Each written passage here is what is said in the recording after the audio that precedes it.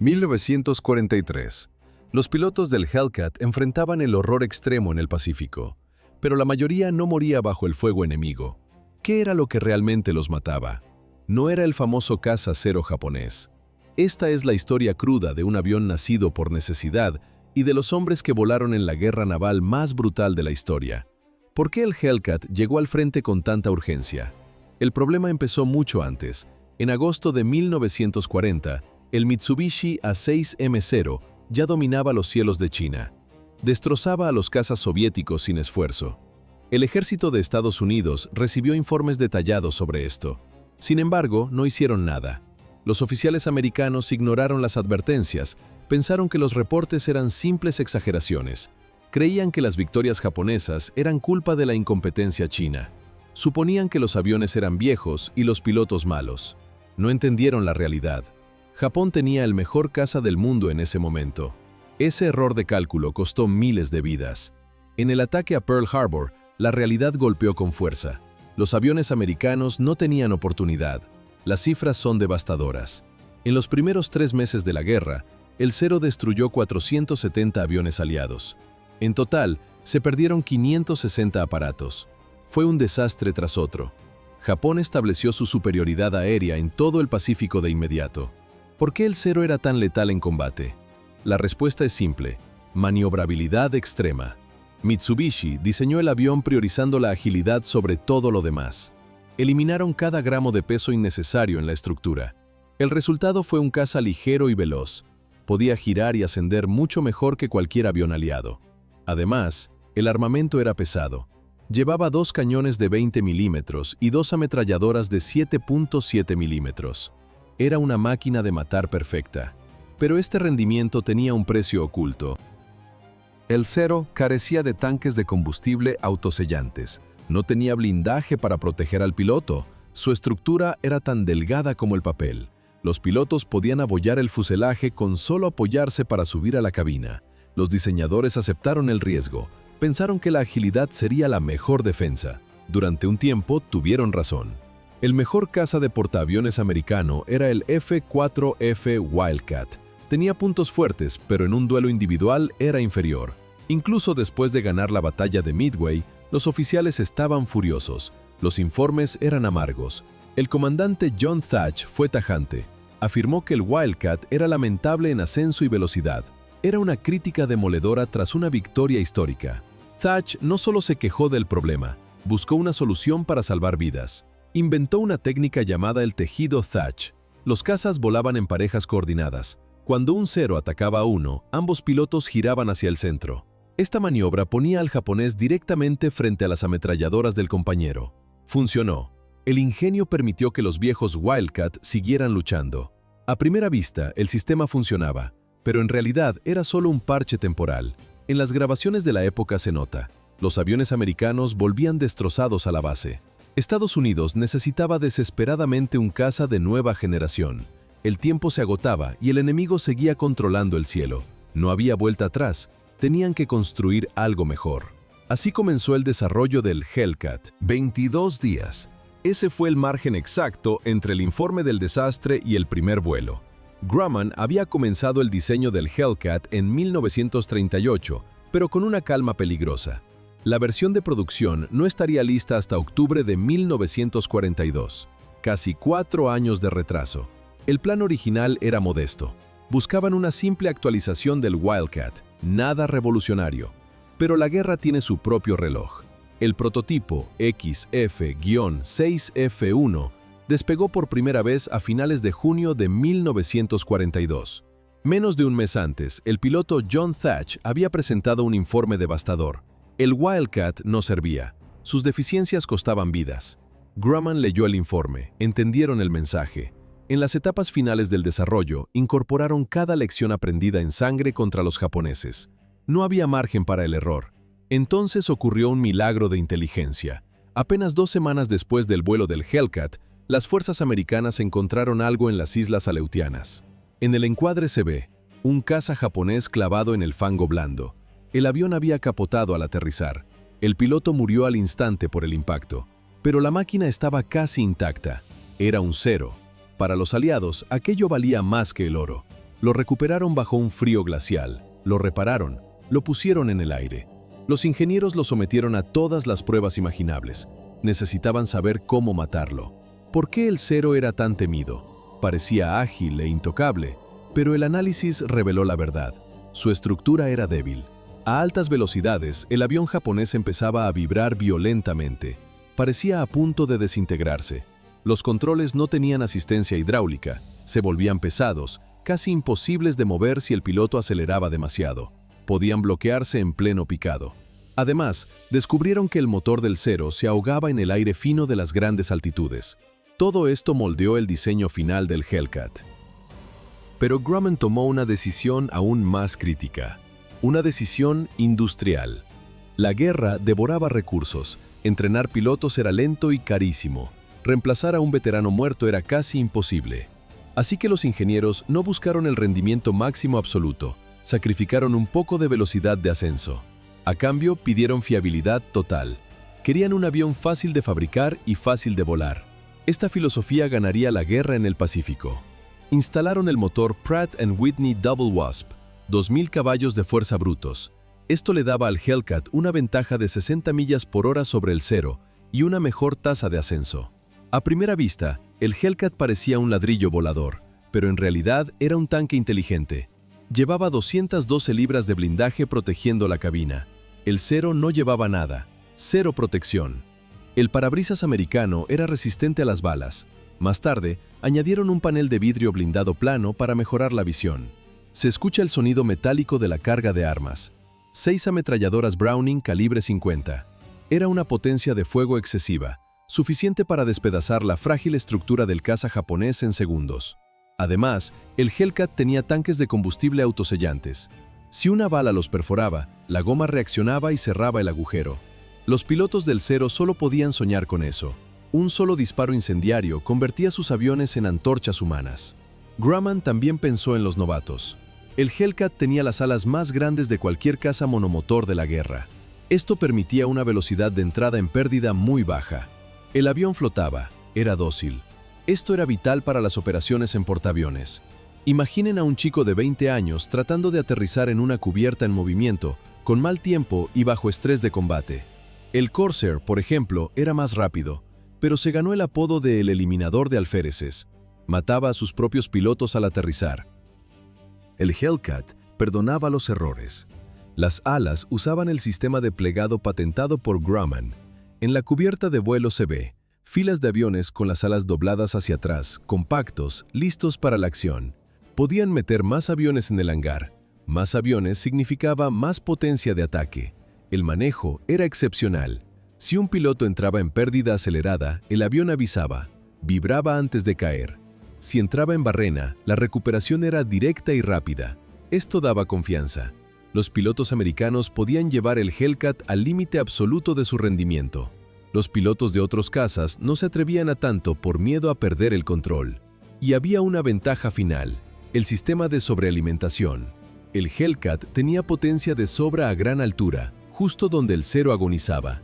La táctica se escribió sola. Los americanos subían más alto, picaban a una velocidad que el Zero no podía seguir, disparaban sus ametralladoras y volvían a subir usando la inercia. Boom and zoom, golpear y escapar. Nunca entablaban combate de giro a baja velocidad. Ahí el Zero seguía siendo el rey y el Hellcat no iba a jugar a ese juego. Los americanos dictaban ahora las condiciones de cada pelea. El escenario estaba listo. La Marina tenía por fin un caza superior a la máquina que los había masacrado durante el último año. Pero tener un buen avión es solo la mitad de la ecuación. Ahora faltaba ver qué pasaría cuando esos jóvenes pilotos se encontraran cara a cara con el enemigo sobre el océano. La teoría había terminado. Empezaba la matanza. Enero de 1943. Los primeros Hellcat estaban listos para el combate. La Marina de los Estados Unidos los necesitaba con urgencia, pero el estreno tendría que esperar. Pasaron meses antes de que el nuevo caza viera de cerca a su presa. ¿Cuándo ocurrió el primer enfrentamiento real? Fue sobre la isla de Wake. La fecha, 5 de octubre de 1943. No fue una batalla igualada, fue una masacre. 48 Hellcats interceptaron a 23 cazas japoneses. El resultado fue demoledor. 16 aviones enemigos cayeron al mar. Ni un solo Hellcat fue derribado. A primera vista, las condiciones favorecían a Japón, pero en realidad, el Zero estaba sentenciado. El combate ocurrió por debajo de los 12.000 pies de altura. Esa era la zona ideal para el caza japonés. Allí el Zero era más ágil y rápido. Aún así, el Hellcat lo superó en todo. El mensaje era directo. El dominio del Zero había terminado. Pero los mandos americanos fueron claros. Los pilotos recibieron una advertencia. No caigan en el exceso de confianza. En distancias cortas, el Zero todavía giraba mejor. Un piloto japonés experimentado seguía siendo un oponente letal. Sin embargo, a altas velocidades, las reglas cambiaban. La cámara registra el movimiento. El Hellcat maniobra con fuerza. Por encima de las 275 millas por hora, el Zero se volvía pesado. Los controles manuales japoneses se endurecían. A 300 millas por hora, el caza nipón era casi inútil. No había forma de ganar el giro a esa velocidad. El Zero solo recuperaba la ventaja si el ritmo bajaba de las 200 millas por hora. En un combate largo, la velocidad cae. Las máquinas se agotan. Era entonces cuando el Zero podía morder. Pero el piloto del Hellcat no aceptaba ese juego. Se observa en el panel. El piloto vigila su velocímetro. Si la velocidad bajaba, el americano aceleraba y se alejaba. Salía del radio de acción. Si el Zero intentaba seguirlo, otro Hellcat lo destruía desde el flanco. Si el Zero se quedaba atrás, el Hellcat ganaba distancia, giraba y regresaba para otra ráfaga de fuego. No había respuesta táctica posible. Los japoneses solían escapar de los antiguos Wildcat trepando hacia las nubes. Ahora, ese truco ya no funcionaba. El Hellcat los alcanzaba en el ascenso. Mientras tanto, la industria de Japón colapsaba. Estaban diseñando nuevos aviones, pero no tenían fábricas suficientes. No había acero ni tiempo. Tomaron una decisión desesperada: alargar la vida del Zero. Mitsubishi instaló motores más potentes. Aumentaron la velocidad de salida de los cañones de 20 milímetros. Querían dar una oportunidad a sus hombres. Fue inútil. El destino estaba sellado. El Zero era un avión frágil. No tenía blindaje. Una ráfaga corta del Hellcat era suficiente para desintegrarlo. En las filmaciones se ve, el caza japonés se convierte en una antorcha o se parte en trozos. El Hellcat era distinto. Podía recibir un castigo brutal y seguir volando. Sus sistemas resistían impactos directos. Si el avión caía, su estructura robusta salvaba al piloto en el impacto contra el agua. El piloto japonés no tenía esa suerte. Su avión era una trampa mortal de aluminio fino. Los pilotos nipones descubrieron la dura realidad. Incluso atacando por sorpresa, sus disparos no bastaban para derribar al gigante americano. Aquí es donde la situación se volvió insostenible. El cielo del Pacífico ya tenía un nuevo dueño. Así comenzó el fin de la aviación imperial. 2.460 aviones. Esa fue la factura total de pérdidas de los Hellcat durante la guerra. Sin embargo, los números esconden una anomalía estadística. Solo 270 de esos aviones cayeron en combate aéreo contra cazas enemigos. El fuego antiaéreo desde tierra y los barcos reclamaron otros 550. Las fallas operativas sumaron 340 más, pero la cifra más grande es la que nadie esperaba. ¿Dónde estaba el verdadero peligro para un piloto de Hellcat? Podría pensarse que en los cielos de Tokio, pero la realidad estaba mucho más cerca de casa. 1.300 aviones se destruyeron junto con sus pilotos en operaciones de entrenamiento y traslado. Eso representa el 53% de todas las pérdidas. Más de la mitad de la flota se perdió lejos de cualquier zona de combate. No hubo disparos enemigos, solo errores humanos y fallos mecánicos. Entrenar para ser piloto naval era un trabajo suicida. El Hellcat era un caza monoplaza. No había instructor en el asiento trasero para corregir el rumbo. No había red de seguridad. El piloto novato despegaba solo. Tenía que encontrar la cubierta en movimiento, calcular la velocidad y enganchar el cable de arresto por sí mismo. Muchos simplemente no sobrevivieron a la lección. Pero para los graduados, la situación apenas mejoraba. Las misiones de ataque a tierra eran una sentencia probable, especialmente los ametrallamientos a baja altura sobre aeródromos japoneses. En las grabaciones de la época se ve, el avión pica en vertical hacia el objetivo. El piloto debe mantener el pulso firme mientras el suelo se acerca a toda velocidad. Dispara. Luego tira de la palanca a pocos metros del suelo. En ese momento, entra en el rango de todas las armas enemigas disponibles. Debía ascender a través de una cortina de plomo diseñada específicamente para derribarlo. La vida en el portaaviones tampoco ofrecía descanso. Los pilotos vivían en camarotes estrechos bajo la cubierta blindada. El aire olía a aceite, sudor y metal caliente, siempre listos para correr a sus aviones ante el sonido de la sirena. Detrás de cada portaaviones navegaban los destructores de rescate. Su única misión, recoger a los pilotos que caían al agua. Y caían a menudo. Despegar y aterrizar eran maniobras violentas. Aterrizar en un portaaviones de la Segunda Guerra Mundial era la maniobra más difícil de la aviación, mucho más complejo que hoy. No existían las cubiertas de vuelo en ángulo, no había computadoras de aproximación.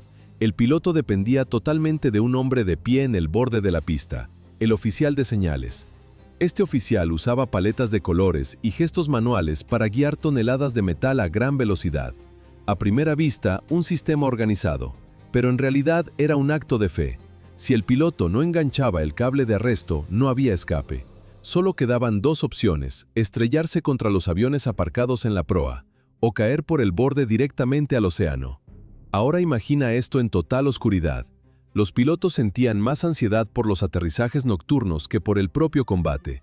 Se describía como la prueba definitiva de nervios. No veían el agua, solo las tenues luces del oficial y el vacío negro. Pero esto era solo el principio. Los primeros modelos del Hellcat tenían un defecto crítico: los neumáticos. Eran de mala calidad o los pilotos, agotados, aterrizaban con demasiada fuerza. Cuando un neumático estallaba al tocar la cubierta, el avión se convertía en un proyectil incontrolable. Derrapaba, chocaba y se incendiaba. La muerte en la propia cubierta no era una rareza. La cámara registra un ejemplo brutal en el USS Enterprise. La fotografía es histórica. Muestra al teniente Walter Lewis Tuning rescatando al alférez Byron Milton Johnson. El avión de Johnson tuvo problemas de motor en un ejercicio de rutina. Hizo una aproximación de emergencia. Enganchó el cable en el tercer intento, pero el impacto fue excesivo. El tren de aterrizaje izquierdo colapsó y se incrustó en la pasarela lateral. El fuselaje quedó descansando sobre su tanque de combustible ventral. El tanque se rompió. El combustible comenzó a fugarse sobre el acero caliente. La hélice seguía girando, golpeando el borde de la cubierta y lanzando chispas. El fuego fue instantáneo. Para empeorar la situación, el golpe había deformado el fuselaje. La cabina de Johnson estaba atascada. Estaba atrapado dentro de una trampa de fuego. No podía salir. En la imagen se ve la acción. Tuning ignora el peligro. Pisa directamente sobre el tanque de combustible en llamas. Sube al ala. Fuerza la cabina y saca a Johnson de las llamas segundos antes del desastre. Este incidente cambió los protocolos. El as de la aviación, Butch O'Hare, vio el reporte. Recomendó que todos los pilotos soltaran sus tanques externos antes de intentar aterrizar. Era la única forma de evitar que la historia se repitiera. Caer por la borda presentaba otro horror: el riesgo de ser atropellado por el propio portaaviones, o ser succionado bajo el casco masivo por la turbulencia de las hélices. Incluso si el piloto evitaba el barco, debía salir del avión, y los Hellcat no flotaban bien. Si un avión se dañaba sobre mar abierto, el piloto tenía que decidir: amarizar o saltar. Los cazas tenían una distribución de peso fatal para el agua. El motor pesado en la nariz y la toma de aire baja actuaban como un freno hidráulico. Al tocar el agua, el avión solía volcarse violentamente o partirse en dos. Por eso, los pilotos casi siempre elegían saltar en paracaídas. Preferían confiar en la seda antes que intentar posar el avión sobre las olas. Hacia finales del año 1944 surgió una nueva amenaza. Los japoneses adoptaron la táctica kamikaze a gran escala. Los pilotos de Hellcat se convirtieron en la primera y última línea de defensa. Su trabajo era interceptar y derribar a los suicidas antes de que tocaran la flota, pero los ataques podían llegar en cualquier momento. Podían deslizarse por debajo del radar. La tensión era absoluta. No existía zona segura donde bajar la guardia. 13 contra 1. Esa era la tasa de bajas del Grumman F-6F Hellcat frente al caza japonés 0. El Hellcat se ganó la reputación de ser un asesino implacable y los resultados en combate lo confirmaron. ¿Cuál fue el verdadero alcance de su dominio? Algunas fuentes elevan la cifra a 19 victorias por cada derrota. Este dato lo convierte en el mejor caza de toda la Segunda Guerra Mundial. La estadística es demoledora. Los Hellcats de la Armada de Estados Unidos derribaron más aviones japoneses que el P-38 Lightning y el F-4U Corsair juntos. Esto incluye todas las versiones del Corsair, tanto las de tierra como las de portaaviones. Junio de 1944.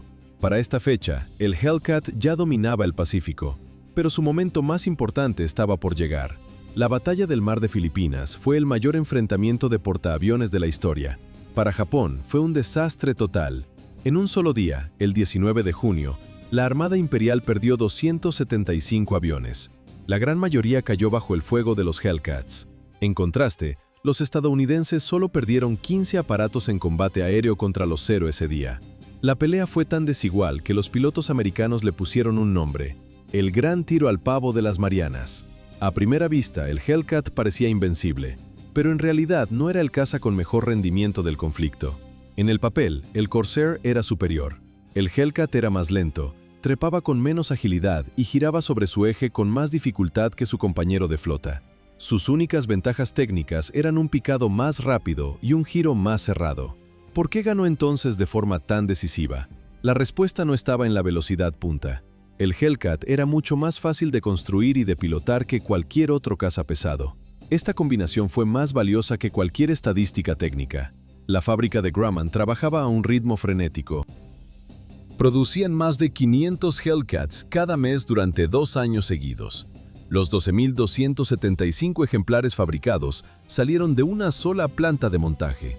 Es un logro industrial sin precedentes.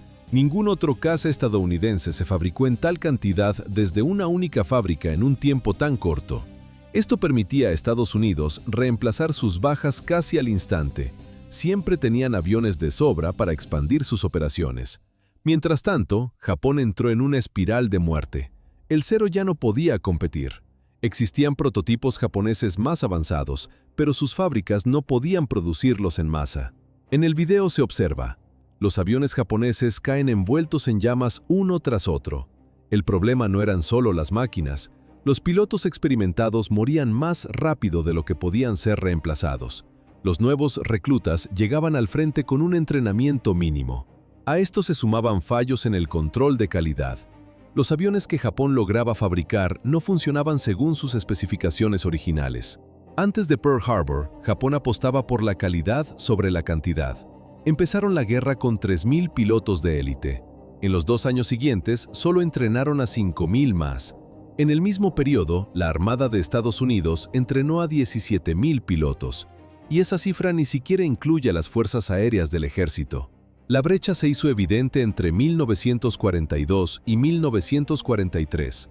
Durante la campaña de las Islas Salomón, ambos bandos perdían hombres a un ritmo similar, pero Estados Unidos enviaba reemplazos con formación completa. Japón no podía hacer lo mismo. Además, la gestión del personal era opuesta. La Armada estadounidense rotaba a sus unidades para que descansaran y se recuperaran. En Japón no existía esa política. Los pilotos volaban misiones de combate continuas hasta morir, ser heridos o colapsar por agotamiento físico. Se escucha el sonido de un motor fallando por falta de mantenimiento. Los veteranos japoneses estaban exhaustos. El estrés prolongado les hacía cometer errores básicos. En 1944, la diferencia era abismal. Un piloto de Hellcat llegaba a su unidad con más de 500 horas de vuelo. Su rival japonés apenas tenía 300 y muchas veces mucho menos. La desesperación cambió la estrategia. Al ver que el combate convencional era inútil, Japón recurrió a las tácticas kamikaze. Era la única forma que les quedaba para golpear los barcos estadounidenses de manera efectiva. Al final de la guerra, el Hellcat empezaba a quedarse atrás frente a los nuevos diseños. Si el conflicto hubiera durado más, habría tenido problemas graves. Pero ya no importaba, la guerra ya estaba ganada. Gran parte de esa victoria en el aire pertenecía al Hellcat. Grumman ya tenía listo un sucesor, el F-8F Bearcat. Era un avión que corregía todos los fallos y mejoraba el rendimiento del Hellcat. Sin embargo, la guerra terminó antes de que el Bearcat entrara en combate real. Así terminó el reinado del asesino de ceros. El tribunal de la historia dictó sentencia.